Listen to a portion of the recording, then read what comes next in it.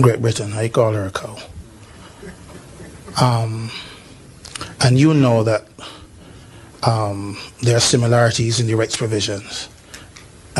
So when one pin falls, all the way in South Africa, the other will fall. So the committee, when the committee meets, as I said, OECS, look at Justice Ventos's judgment, look at former Chief Justice Byron and how he treated these savings law clauses. There will be, I will make the submission, I will include my view, my legal opinion on those submissions. The AG in due course will receive a letter, where I represent the Rastafari.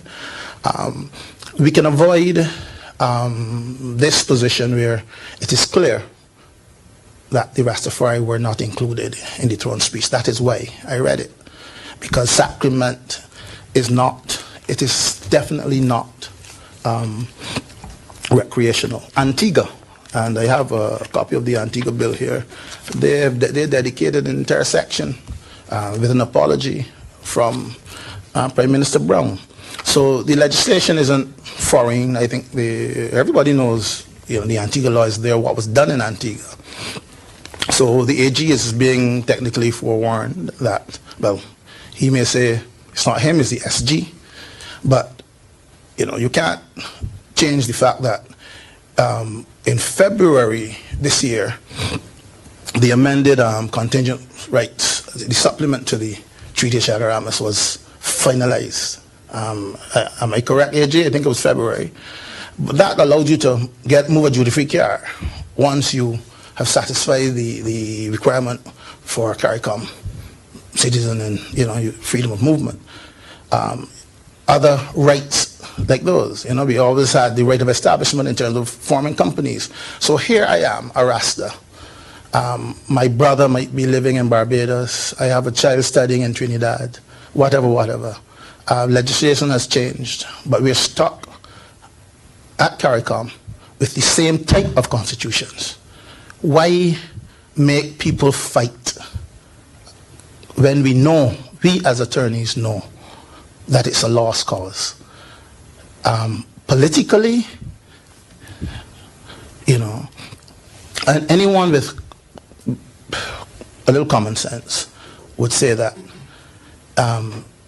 why force the Rastas to continuously go through? I mean, take a look at the penalties for drugs. How many Rastas formed the 1,000 people in jail? Not very many. The people who are locked up were the guys pushing drugs for money. Right? So the Rastafari, a peaceful religion. All the Rastas I know, peaceful. So committee, when you meet, as I said, government tells Parliament what it wants, not the other way around.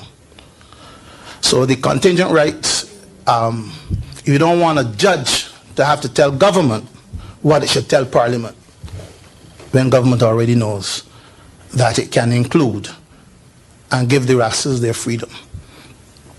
So as I said again, I was retained in December, and I have advised that we should let this run its course because it is cheaper. Not that I was being paid, but have I answered your question? And what's the reference of the Judge Ventos case? Well, I'll have to supply that. But essentially, it's a case that started, I think, way back into 2012, where this guy was arrested. He challenged the system, so it took from 2012 to 2019 to be heard, to be decided. It was a constitutional action was brought in terms of his rights, private rights, personal use, and the way that Justice Ventos dealt with it is more or less set out in the South African case. So in the written submissions, those references which are constitutional and aspects of international law will be available to the committee.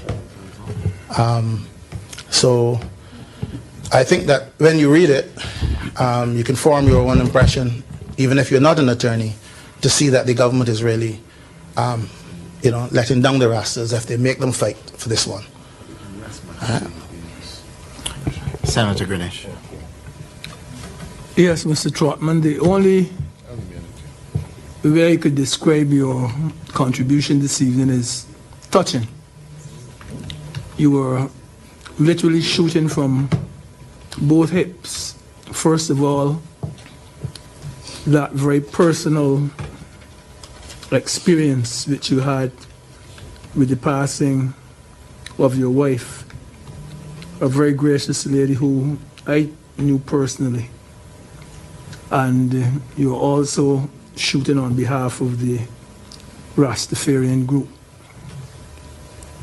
But where the wife is concerned, I could hear the emotion in your voice. And as you said, it is only when we have that personal experience and that personal loss that we can really and truly be aware of the devastating effect that something like that could have on you. And I know what you've gone through. I know you've spoken to my sister Elna, and sometimes when she speaks about the way you explained it to her, she herself is in tears. The legislation in the Caribbean, you did mention the fact that you knew what was in the... Do you have a copy of the Cayman Islands bill? Not here. You don't have it? Their bill was fairly loose, though, which is why they could do what they did. Okay. I don't have that here. But the method was accepted by the government. By the government. Yeah. If you had a look at our what we have put here before you, our draft bill, and you would compare it with other bills in the Caribbean, whether it be Antigua, St. Vincent, Jamaica, wherever, can you see a lot of similarities between ours and theirs? Well, I would say yes, but what I what's more concerned about is the point in terms of movement. None of the bills address that. In fact, in Antigua, their bill prevents you, if you're Rasta, from moving cannabis out of the country. So they have essentially said, look, we know our neighbors ain't gonna take us on, so if you carry cannabis out here as a Rasta, we gonna lock you up. The other provisions are basically the same. The difference with St. Kitts hasn't passed their legislation in totality, but they were forced to go the route of decriminalization.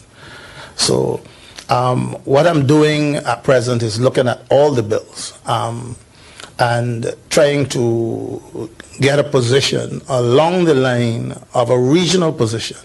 And you could only do that essentially on a self-appointed basis, because the commission was established, but the commission did not come with a CARICOM medical marijuana bill. It would have been good to have seen a draft which would have encapsulated these couple things. They did a good job in terms of putting the views, the alternatives, looking at the law and concluding essentially, look, we should legalize free up and let people benefit.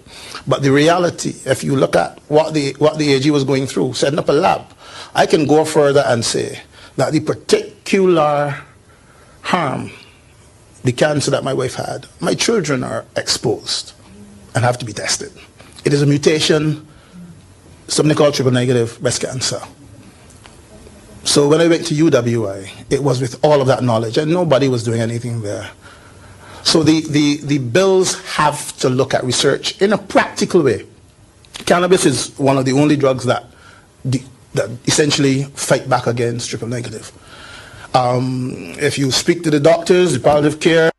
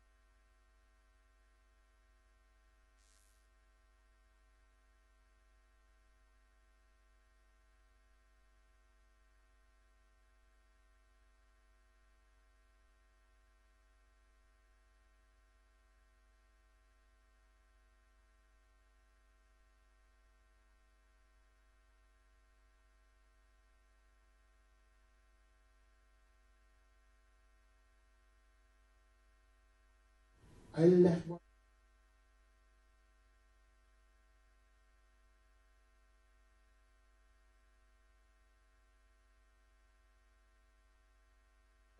The only country in the world to do it.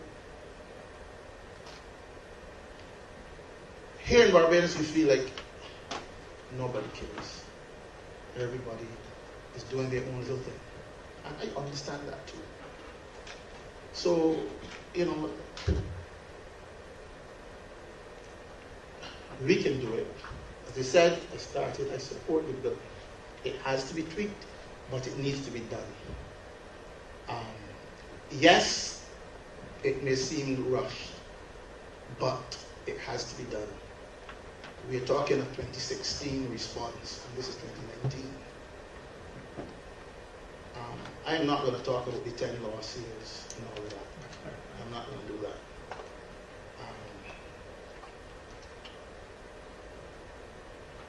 I think I will stop. Any comments or questions from the audience before we go to the next presentation? There being none, Mr. Trotman, I want to sincerely thank you for your very honest and direct presentation. Thank you, Chair. Thank you, Committee.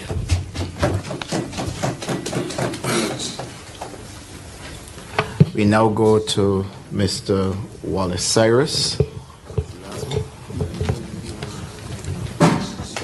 Mr. Cyrus, please come to the table.